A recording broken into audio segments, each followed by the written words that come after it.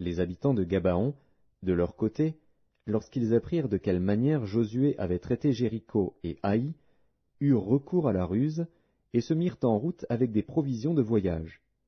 Ils prirent de vieux sacs pour leurs ânes et de vieilles outres à vin déchirées et recousues. Ils portaient à leurs pieds de vieux souliers raccommodés et sur eux de vieux vêtements. Et tout le pain qu'ils avaient pour nourriture était sec et en miettes.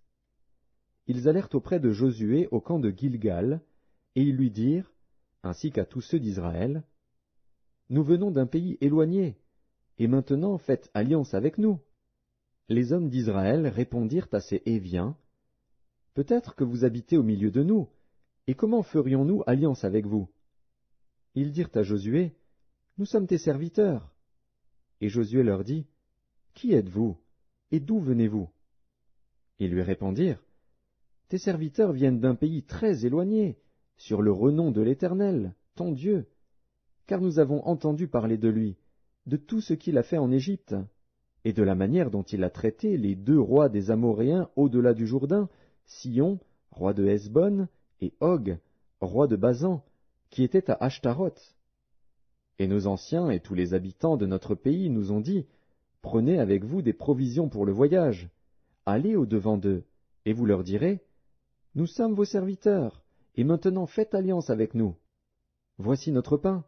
Il était encore chaud quand nous en avons fait provision dans nos maisons, le jour où nous sommes partis pour venir vers vous, et maintenant il est sec et en miettes. Ces outres à vin, que nous avons remplies toutes neuves, les voilà déchirées.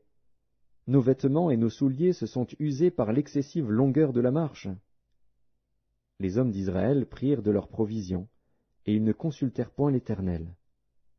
Josué fit la paix avec eux, et conclut une alliance par laquelle il devait leur laisser la vie, et les chefs de l'assemblée le leur jurèrent.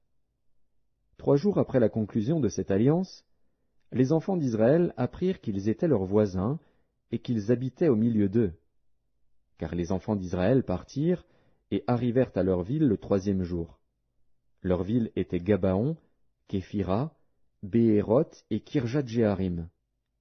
Ils ne les frappèrent point, parce que les chefs de l'assemblée leur avaient juré par l'Éternel, le Dieu d'Israël, de leur laisser la vie. Mais toute l'assemblée murmura contre les chefs. Et tous les chefs dirent à toute l'assemblée, « Nous leur avons juré par l'Éternel, le Dieu d'Israël, et maintenant nous ne pouvons les toucher. Voici comment nous les traiterons. Nous leur laisserons la vie, afin de ne pas attirer sur nous la colère de l'Éternel, à cause du serment que nous leur avons fait. Ils vivront, leur dirent les chefs. Mais ils furent employés à couper le bois et à puiser l'eau pour toute l'assemblée, comme les chefs le leur avaient dit.